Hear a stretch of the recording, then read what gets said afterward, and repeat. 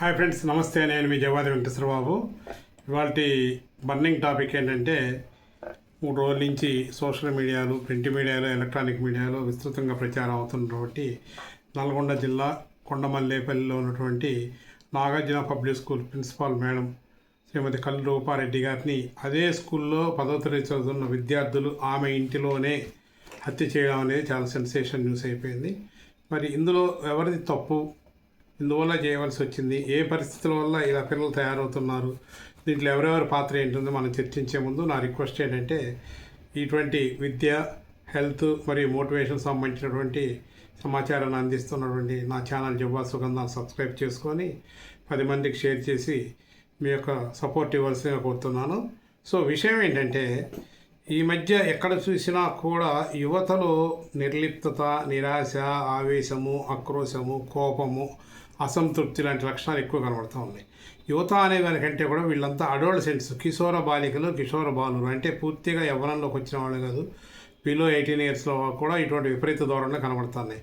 కారణం ఏంటంటే మొదటి కారణము ఈ యొక్క సోషల్ మీడియాలో, సినిమాల్లో, ఓటీటీల్లో వచ్చేటువంటి కార్యక్రమాల వల్ల ఎక్కువగా మంది ఇన్స్పైర్ అవుతున్నారు, ప్రభావితం అవుతూ ఉన్నారు. ఆ దుష్ప్రభావాలు వాళ్ళ నిత్య జీవితంలో ఇలా రిఫ్లెక్ట్ అవుతూ ఉన్నాయి. ఇంకపోతే సినిమాలు, సోషల్ మీడియా ఎంత పాత్ర వహిస్తున్నాయో ఇంకొక 2 ఇంటర్నల్ క్యారెక్టర్స్ ఏంటంటే ఒకటి తల్లిదండ్రుల పాత్ర, 2 టీచర్ల పాత్ర.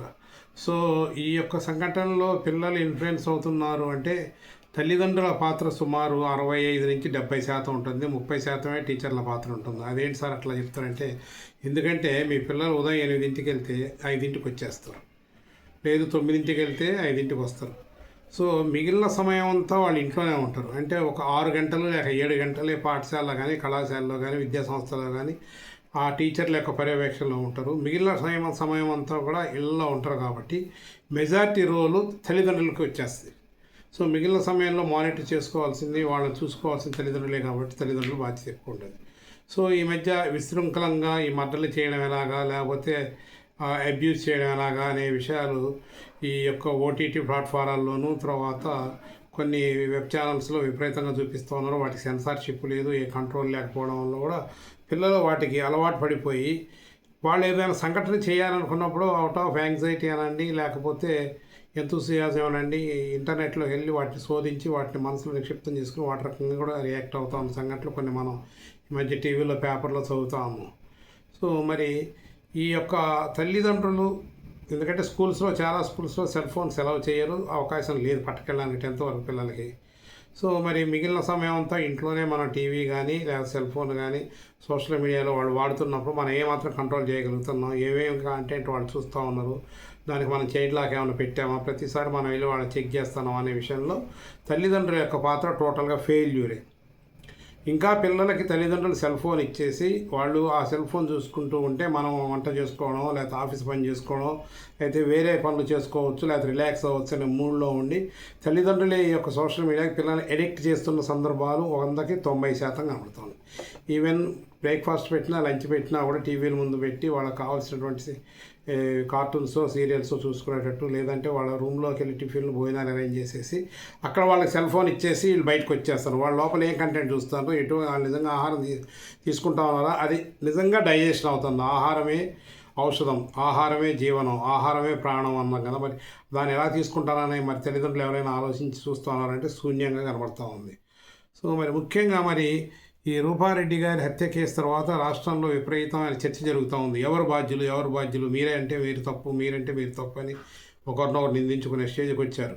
సో మరి ఈ నిందించుకునే స్టేజ్లో వ్యవస్థల లోపం ఉందా అంటే వ్యవస్థల లోపం కంటే ఆ వ్యవస్థలో అంతర్భాగమైన తల్లిదండ్రుల లోపం ఎక్కువ కనబడుతుంది. ఒక పోలీస్ వ్యవస్థ, ఒక రెవెన్యూ వ్యవస్థనో, ఒక జ్యుడిషియల్ వ్యవస్థనో, లేకపోతే మెడికల్ వ్యవస్థనో, లేకపోతే విద్యాశాఖను మనం బ్లేమ్ చేసే ముందు తల్లిదండ్రులు కూడా అందులో యాక్టివ్ పార్టిసిపేషన్ తీసుకోకపోవడం వల్ల ఇటువంటి సమస్యలు వస్తాననేది నా వ్యక్తిగత అభిప్రాయం. సో తల్లిదండ్రుల గురించి నేను ఎందుకు ఇంత పర్టికులర్గా చెప్తానంటే, మా రోజుల్లో గంబడి పిల్లలు అనేవాళ్ళు కదా, ఇంకా పచ్చి బూతు మాటలు, పందుల్లా కన్నారు, కుక్కల్లా గనరు అనేవాళ్ళు మా తల్లిదండ్రులు. మమ్మల్ని కూడా అట్లా తిట్టేవాళ్ళు కొంతమంది.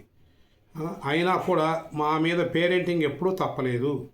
పేరెంట్స్ మమ్మల్ని దండించేవాళ్ళు, టీచర్స్ దండించినా కూడా సపోర్ట్ చేసేవాళ్ళు, కానీ టీచర్లని దండించే సంస్కృతి ఇప్పుడే వస్తాం. చిన్న చిన్న విషయాలకు కూడా వీడియోలు తీయడం, దాన్ని సోషల్ మీడియాలో పంపించడం, కుల సంఘాలు మత సంఘాలు వచ్చి ఆ స్కూల్స్ మీద పడి దాడి చేసి బెదిరించడం, బ్లాక్మెయిల్ చేయడంతో టీచర్లకి విద్యా సంస్థల యజమానులకి చేతి సంఖ్యలు వేసినట్టు కట్టేసినట్టు అయిపోయి పిల్లల్ని వాళ్ళు అదిలించలేని.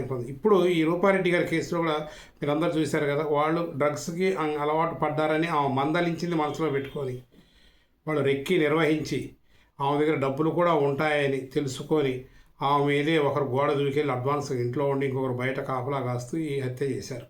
అంటే వాళ్ళు ఎంత పకడ్బందీగా చేస్తూ ఉన్నారంటే, ఒకటి రివెంజ్ కౌన్సిలింగ్ చేసేందుకు, రెండవది అట్రాక్షన్, ఎక్స్టర్నల్ అట్రాక్షన్ అన్నమాట. డబ్బు ఉంటే మనం ఏదైనా ఎంజాయ్ చేయొచ్చు, ఈ వయసులో ఎంజాయ్ చేయాలంటే డబ్బు కావాలి, డబ్బు ఎవరి దగ్గర ఉంటుంది, ప్రిన్సిపాల్ మేడం దగ్గర రోజు ఫీజులు కట్టినవి ఉంటాయి, ఎలోన్ ఉంది, హస్బెండ్ లేరు, పిల్లలు లేరు, ఒకటే ఉంది కాబట్టి అని వాళ్ళు ఒక ప్లాన్ అనమాట. అంటే సినిమాల్లో చూపించేటువంటి సీన్స్ని వాళ్ళు క్రియేట్ చేసుకొని చేసినట్టు కనబడుతూ ఉంది. అంటే వాళ్ళు ఒక రకంగా ఈ సినిమాలకు కానీ, లేకపోతే ఓటీటీ కంటెంట్కి కానీ, లేకపోతే సోషల్ మీడియాలో వచ్చేటువంటి ఈ యొక్క రీల్స్ని చూసి ప్రభావితమై ఈ యొక్క ఇన్సిడెంట్లో ఇన్వాల్వ్ అయ్యారనిపిస్తుంది. ఎందుకంటే వాళ్ళు 10th అంటే మ్యాక్సిమం 15 ఏళ్ళు 16 ఏళ్ళ పిల్లలు, వాళ్ళకి ప్రీఫ్రంటల్ కార్టెక్స్ అభివృద్ధి చెందదు, లాజికల్ వే ఆఫ్ థింకింగ్ తెలియదు, ఏది మంచి ఏదో చెడో తెలియదు, ఏ నిర్ణయం తీసుకుంటే అదే మంచిదని ఒకే దూరంలో వెళ్ళిపోవడం వల్ల ఈ సమస్యలు వస్తూ ఉన్నాయి. మరి ఇప్పుడు మనం చూద్దాము తల్లిదండ్రులు అని నేను ఎందుకు గట్టిగా చెప్తాను అంటే, మా రోజుల్లో చదువు లేకపోయినా మా తల్లిదండ్రులకి పల్లెటూరు అయినా కూడా మాస్టర్ గారంటే గౌరవం ఉండేది. పేరెంట్స్ మీటింగ్కి వచ్చేవాళ్ళు, మేము ఏదైనా సమస్య చెప్పినప్పుడు వాళ్ళు వెళ్ళి మాస్టర్ గారిని కలిసేవాళ్ళు, ఎక్కడా కలవకపోతే రోడ్డు మీద కలిసినప్పుడు మాస్టర్ గారిని పలకరించేవాళ్ళు. ఇళ్ళకెళ్ళి కూడా మాస్టర్ని కలిసి మా అబ్బాయి ప్రోగ్రెస్ ఏంటి, ప్రగతి ఏంటి, మా అబ్బాయి మంచి చదువుతుండా లేదా అని చెప్పి మాస్టర్ చెప్పిన దాన్ని గౌరవం ఇచ్చేవాళ్ళు. మాస్టర్ చెప్పినప్పుడు ఖండించలేదు, మాస్టర్కి ఎదురు మాట్లాడలేదు. వాళ్ళు చెప్పిన దాన్ని వాళ్ళు తీసుకొని ఇంటికి వచ్చి అవసరమైతే మమ్మల్ని కౌన్సిల్ చేయడం, అప్పుడు కౌన్సిలింగ్ అనే పదం లేదనుకోండి, మమ్మల్ని అదిలించడం, బెదిరించడం, కొట్టడం చేసి మమ్మల్ని మార్గంలో పెట్టారు. ఖచ్చితంగా చెప్తాను, సన్మార్గంలో పెట్టారు. మరి వాళ్ళు అటువంటిది శూన్యం. సరే, మరి టీచర్స్ ఏం చేయగలరు అంటే, ఒక క్లాస్ టీచర్ ఉంటారు, సబ్జెక్ట్ టీచర్, సబ్జెక్ట్ చెప్పుకొని వెళ్తూ ఉంటారు. ఆ క్లాస్ రూమ్లో ఉన్నటువంటి 3 రకాల students, first benchers, middle benchers, last benchers, వాళ్ళకి తెలిసిపోద్ది. సో లాస్ట్ బెంచర్స్ అనాసక్తిగా ఉంటారు, మిడిల్ బెంచర్స్ అనేవాళ్ళు న్యూట్రల్గా ఉంటారు, ఫస్ట్ బెంచర్స్ సబ్జెక్ట్ మీద క్లాస్ రూమ్ అటెన్షన్ ఉంటుంది. సో వాళ్ళ ప్రోగ్రెస్ ఏంటనేది తెలుసుకోగలరు, ఏ సబ్జెక్టులో వీక్ ఉన్నారో, ఏ సబ్జెక్టులో స్ట్రాంగ్ ఉన్నారో వరకు చెప్తారు.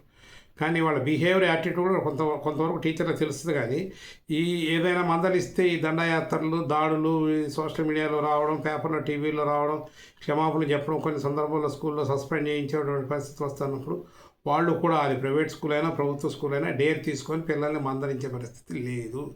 ఎక్కడ దాకా వెళ్ళిపోయినాయి ఇప్పుడు మనం చూసాం, డైరెక్ట్గా హత్య దాకా వెళ్ళిపోయినాయి. దాడులు చేయడం కాకుండా హత్యలు దాకా. ఈ మధ్య మనం ఆంధ్రలో ఒక వీడియో చూసాం, అమ్మాయిని ఏదో అన్నారని చెప్పి మాస్టర్ గారిని కొడతామంటే గేటుకి తాళం వేస్తే మాస్టర్ గారు మెట్లెక్కి మెట్ల మించి దూకి పారిపోయిన పరిస్థితి. దాన్ని కూడా వాళ్ళతో వచ్చే బంధువుల్ని సోషల్ మీడియాలో పెడతా ఉన్నారు. అట్లా పెట్టినప్పుడు పిల్లలకి ఏమనిపిస్తుంది, మా ఫాదర్ హీరో, సూపర్ హీరో, మా సార్లు తప్పు చేశారని అంటే ఫీలింగ్. మిగిలిన పిల్లలకు కూడా వచ్చినప్పుడు వాళ్ళు ఎవరు మాస్టర్లకి, టీచర్లకి, మేడమ్స్కి గౌరవం ఇవ్వరు. వాళ్ళు నేర్చుకోవాలని రారు. ఎంతసేపు ఇదే యాటిట్యూడ్, ఎవడు తప్పు చేస్తాడా, ఎక్కడ మనం కంప్లైంట్ చేద్దాం, ఎక్కడ వాడు తిట్టిద్దాం అని, వాళ్ళు మా డాడీ వచ్చి తిట్టాడు, మా మమ్మీ వచ్చి తిట్టింది, మా మామ వచ్చి తిట్టాడు అని చెప్పడం, హీరోయిజం చూపించుకోవడానికి వస్తుంది. కానీ నెగిటివ్ యాటిట్యూడే క్లాస్ రూమ్లోకి వస్తుంది, స్కూల్ కాంపౌండ్లోకి వస్తుంది. కానీ పాజిటివ్ యాటిట్యూడ్ ఎంటర్ అవ్వట్లేదు. కారణం తల్లిదండ్రులు. మరి తల్లిదండ్రులు ఎప్పుడైనా కూడా పిల్లల గురించి 3 విషయాలు తెలుసుకోవాలండి. ఒకటి ఏంటంటే, ఎవరితోటి తిరుగుతున్నారు, ఎక్కడ తిరుగుతున్నాడు, ఎందుకు తిరుగుతున్నాడు. ఏ తల్లి కానీ ఏ తండ్రి కానీ ఈ 3 విషయాలు రోజు తెలుసుకుంటా ఉన్నాం. కనీసం వారానికి ఒక్కసారి మీ పిల్లవాడు ఎవరితో తిరుగుతాడు, ఎక్కడ తిరుగుతాడు, ఎందుకు తిరుగుతాడు, కారణాలు ఏంటి, స్కూల్కి వెళ్ళకుండా ఏ ప్లే గ్రౌండ్కి వెళ్తాడా, రైల్వే స్టేషన్కి వెళ్తాడా, అండర్ బ్రిడ్జిలకు వెళ్తాడా, తుమ్మ చెట్లోకి వెళ్తాడా, అది ఎక్కడికి, ఎవరితోటి వెళ్తున్నాడు, వాళ్ళ క్లాస్మేట్స్ తోటి వెళ్తాడా, అంతకంటే పెద్దవాళ్ళతో వెళ్తాడా, అసలు చదువుకు సంబంధమైన ఆవారాగాలతో తిరుగుతాడో కూడా తల్లిదండ్రులు తెలుసుకోవట్లేదు. ఈ 3 విషయాలు తెలుసుకున్నప్పుడు పిల్లల యొక్క ప్రవర్తన, వాళ్ళ యొక్క భవిష్యత్తు మీకు అర్థమవుతుంది, మీరు వాళ్ళని సరి చేయడానికి అవకాశం ఉంటుంది. చాలామంది టీచర్స్ మీటింగ్ పేరెంట్స్ వెళ్ళటం లేదు. ఇప్పుడు గవర్నమెంట్లో కూడా పీటీఎం అని చెప్పి మంత్లీ 4వ శనివారం ఏదో పేరెంట్స్ టీచర్స్ మీటింగ్ పెట్టమని కూడా మొక్కుబడిగా వచ్చి వచ్చిన సంతకం పెట్టేసి వెళ్ళిపోయేవాళ్ళు కొంతమంది.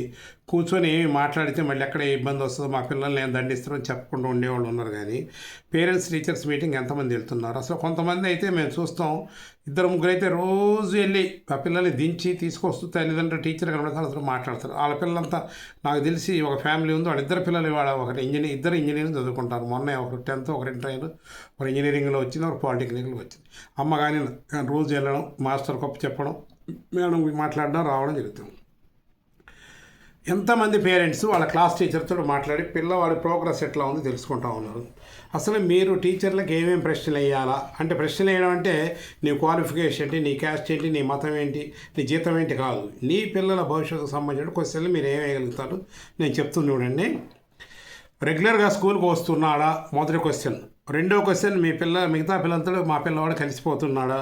3, చదువు మీద కాన్సన్ట్రేషన్ చూపిస్తున్నాడా? 4, ఏ రంగాలలో ఇంట్రెస్ట్ చూపుతున్నాడు అంటే స్పోర్ట్స్లోను, కల్చర్ యాక్టివిటీస్లోను, స్టడీస్లో కూడా మళ్ళీ ఏ సబ్జెక్టు మీద ఎక్కువ ఇంట్రెస్ట్ చూపుతున్నాడు, ఏ సబ్జెక్టు నిరాసక్తితో భయపడుతున్నాడు అని తెలుసుకోవాలి.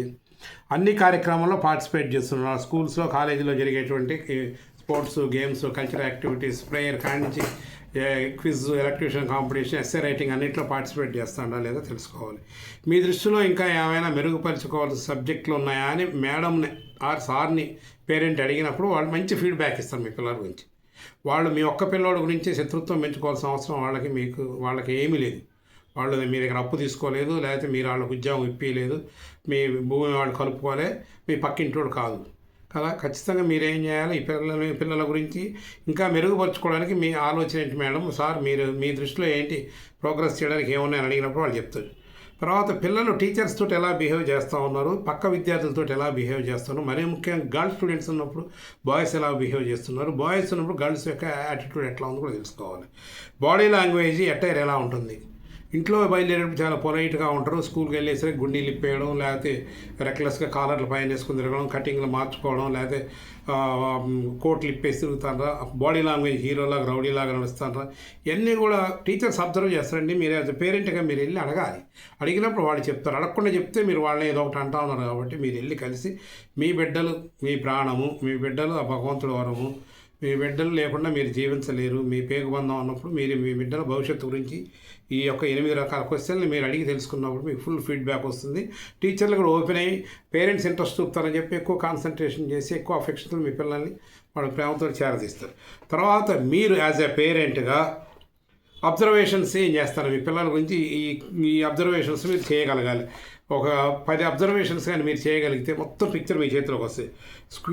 స్కూల్కి కానీ విద్యాసంస్థ కానీ వెళ్ళే ముందు డ్రెస్అప్ ఎలా అవుతున్నాడా గమనించారా? ఏ రోజైనా పిల్లలు ఎట్లా డ్రెస్ అవుతూ ఉన్నారు, వాళ్ళ యూనిఫామ్ వేసుకుంటారా, అటైర్ ఎట్లా ఉంది, బాడీ లాంగ్వేజ్ ఎట్లా ఉంది, స్కూల్కి వెళ్ళేటప్పుడు మీకు చెప్పి వెళ్తున్నారు, బాయ్ చెప్పి హగ్ ఇచ్చి వెళ్తూ ఉన్నారా, వాళ్ళ దారి నాళ్ళు వెళ్ళిపోతున్నాయి, సావు నీతే నాకేంటి అని నిరాసక్తితో, అలా అత్యంత ఆసక్తితోటి చెడు అలవాట్లకి వెళ్ళే వాళ్ళకి అత్యంత ఆసక్తి ఉంటుంది. సబ్జెక్టులు వీకు లేదా స్కూల్లో ఏమైనా ఇబ్బందులు ఉన్నవాళ్ళు నిరాసక్తితో వెళ్తూ ఉంటారు.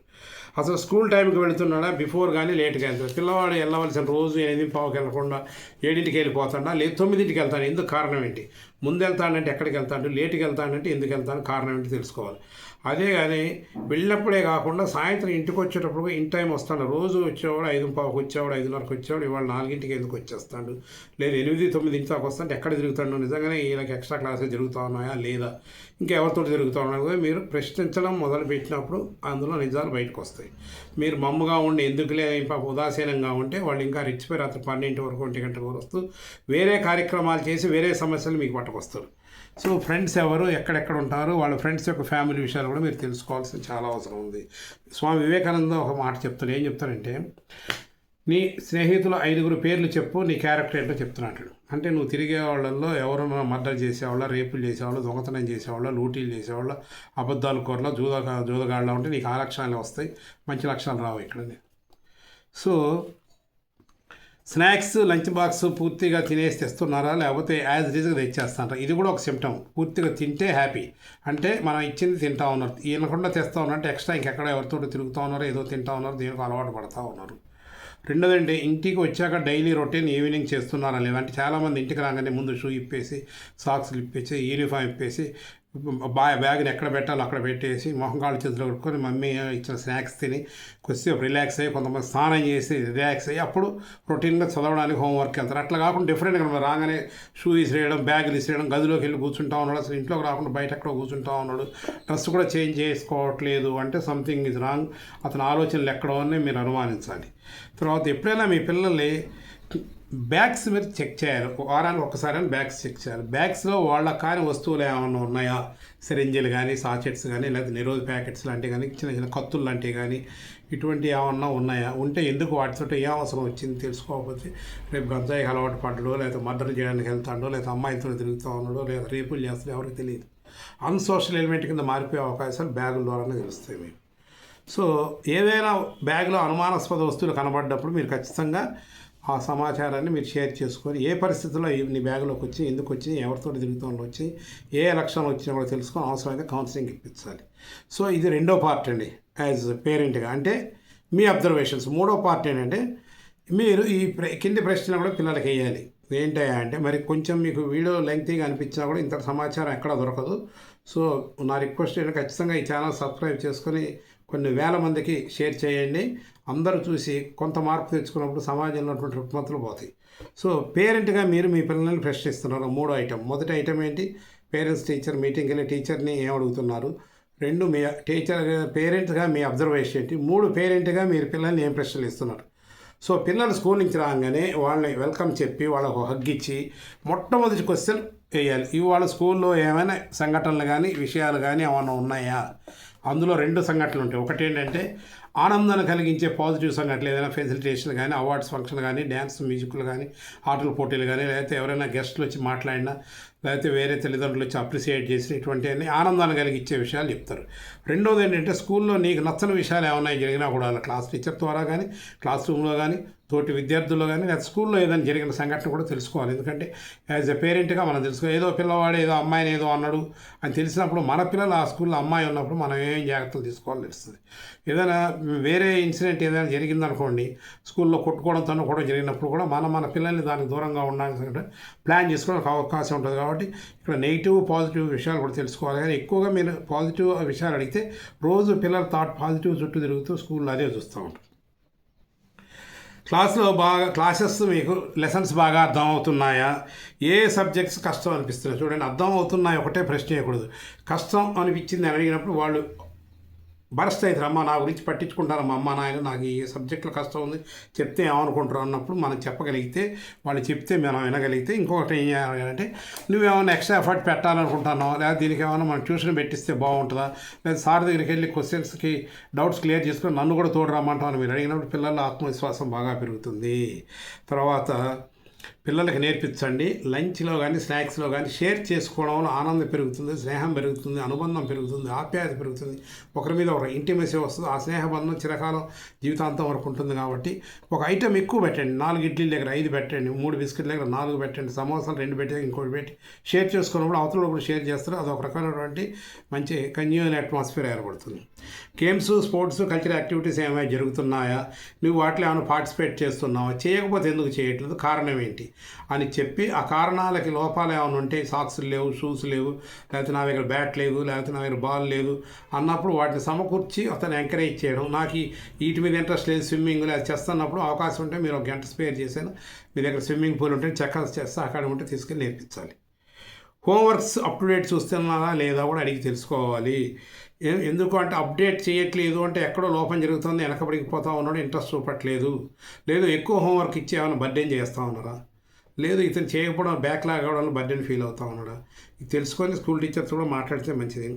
ఇంటర్నల్ స్లీప్ టెస్ట్లు అన్నీ అటెండ్ చేస్తున్నాడా, స్కిప్ చేస్తున్నాడా, బయట యాక్టివిటీస్లో ఉండి, లేదు బద్ధకం చేసి, లేదా చదవక ప్రిపేర్ అవ్వక, వీటిని అవాయిడ్ చేసినప్పుడు అయితే కొండల్లాగా పేరుకుపోతాయి. Solve the issue before it will became problem ఉంటుంది. సమస్య జటిలం కాకముందే పరిష్కరించుకోమని మన పెద్దలు చెప్పారు. ఇటువంటి చిన్న చిన్న విషయాలు స్లిప్ టెస్టులు, యూనిట్ టెస్టులు, లేకపోతే ఇంటర్నల్స్ ఎగ్గొట్టిన వాళ్ళు రేపు క్వార్టర్లీ, హాఫర్లీ, ఇప్పుడు అసెస్మెంట్స్ అంటారు కదా, అవి చేయలేరు, చేతులు ఎత్తేస్తారు. యాన్యువల్ ఎగ్జామ్స్ మొత్తం కాళ్ళు కూడా ఎత్తి కూర్చుంటారు. ఇంకొక మంచి క్వశ్చన్ వేయాలి. నీ గురించి నీ ఫ్రెండ్స్ ఏమనుకుంటున్నారు, నీ గురించి మీ టీచర్స్ ఏమనుకుంటున్నారు వేసినప్పుడు ఆనందంతో చెప్తాడు. నువ్వు నీ ఫ్రెండ్స్ గురించి ఏమనుకుంటున్నావు, నువ్వు నీ టీచర్స్ గురించి ఏమనుకుంటున్నావు, నీకు నచ్చిన ఫ్రెండ్స్ ఎవరు, నీకు నచ్చిన టీచర్స్ ఎవరు అని అడిగినప్పుడు కూడా యూ విల్ కమ్ అవుట్ చక్కగా చాలా ఆనందంగా సంతోషంగా చెప్తాడు. నెగిటివ్ టీచర్ ఉన్నా నెగిటివ్ ఫ్రెండ్ ఉన్నా వాళ్ళ లోపాలు అతని దృష్టిలో ఏం లోపాలు ఉన్నారో మనం ఎక్స్ప్లెయిన్ చేసి చెప్పడు. కాబట్టి ఎట్టి పరిస్థితుల్లో కూడా ఈ 2 క్వశ్చన్లు చాలా వ్యాలిడ్, స్మూత్గా సంతోషంగా అనునయిస్తూ అడగాలి. తర్వాత ఏంటంటే లాస్ట్ క్వశ్చన్ ఏంటంటే చాలా పాజిటివ్గా ఉండాలి. పిల్లవాడి హృదయంలో మమేకం అయిపోయి మా మమ్మీ డాడీ నాకు చాలా సపోర్ట్ ఇస్తామని క్వశ్చన్ ఏంటంటే మేము నీకేంకా ఏమైనా సహకారం చేయగలమా, సహకరించగలమా, నువ్వు మా నుంచి ఇంకా ఏం ఆశిస్తాను, మా బాధ్యత అయిపోయింది, స్కూల్కి వేసేసావు, నీ సావు నువ్వు చావు, కార్పొరేట్ కోట్లు పెట్టి చదువుతాను, పక్కింటి చదివాడు, మీ ఎక్క చదివిందని కంపేర్ చేస్తే వాళ్ళు డిస్కరేజ్ అవుతారు. ఈ విషయంలో మేము ఇంకా ఏ విధంగా సహాయపడగలం అడిగినప్పుడు అతను ఏ సెక్టార్లో వీక్ ఉన్నాడు, ఎక్కడ ఆయన స్ట్రెంగ్త్ కావాలా, ఎక్కడే సహాయం కావాలి, ఎందుకు భయపడతాడని మీకు తోటి చెప్పుకుంటాడు. సో పిల్లలైన మంచి పనులు మంచి మార్క్స్ సాధించినప్పుడు మీరు అప్రిసియేట్ చేయాలి. అప్రిసియేట్ అంటే సెల్ ఫోన్లు కొనియడం లేకపోతే వాచ్లు కొనియడం అవి కాదు నేను చెప్పేది. హగ్ ఇవ్వడం, అప్రిసియేట్ చేయడం, చాక్లెట్స్ ఇవ్వడం, లేదా ఆయన నచ్చిన స్వీటు, నచ్చిన కర్రీయో, నచ్చిన ఫ్రూటు, లేదు యాన్యువల్ ఎగ్జామ్స్ లేకపోతే హాఫ్ ఎగ్జామ్స్ అయినప్పుడు నచ్చిన రెస్టారెంట్కి నచ్చిన సినిమాకి తీసుకెళ్తే వాళ్ళు చాలా ఇన్స్పైర్ అయిపోతారు. విచ్చలవిడిగా మనీ ఇవ్వడాన్ని పూర్తిగా మీరు కంట్రోల్ చేసుకోవాలి. నాకు ఒకడే కొడుకు, మాకు చాలా ఆస్తి ఉంది, 2 ఎంప్లాయీస్, మేమేం చేసుకోవాలని ఇచ్చినప్పుడు వాళ్ళు దుర్వ్యసనాల పాలవుతారు. మీ చేతిలో మీరే చెడగొడతా ఉన్నారు. ఇక ఆన్లైన్, సోషల్ మీడియా, టీవీ చూడడంలో మీరు నియంత్రణ పెడుతున్నారా? ముందు మిమ్మల్ని మీరు నియంత్రించుకుంటేనే మీ పిల్లల్ని మీరు నియంత్రణలో పెట్టగలరు. మీరు నియంత్రించుకోకుండా ఆయనకు ఒక సెల్ ఇచ్చి ఆయనకు ఒక రీడింగ్ రూమ్లో ఒక టీవీ పెట్టి మీ బెడ్రూమ్లో టీవీ పెట్టుకున్నప్పుడు మీ పిల్లవాడు మీ చేతిలోకి రాడు. ఇంకా చాలా చాలా దురాగతాలు మనం చూడాల్సి వస్తుంది సమాజంలో. అట్లా కాకుండా మన పాత భారతీయ సంస్కృతి ఒక 20 ఏళ్ళ క్రితం వెనక్కి వెళ్ళాలంటే పేరెంట్స్ ఈ టిప్స్ అన్నీ ఫాలో అవ్వాలి. చాలా ప్రొలాంగ్ వీడియో అనుకుంటున్నాను కానీ ఈ టిప్స్ అన్నీ ఫాలో కాకపోతే ఇవన్నీ చాలా చిన్న చిన్న సింపుల్ టిప్స్ అన్ని డైలీ చేసి ఫాలో అయినప్పుడు మీ పిల్లలు ఖచ్చితంగా మీ మాట వింటారు. దీని ఇంగ్లీష్లో గొప్ప పదం ఉంది, ఫ్యామిలీ బ్రాటప్ అంటారు.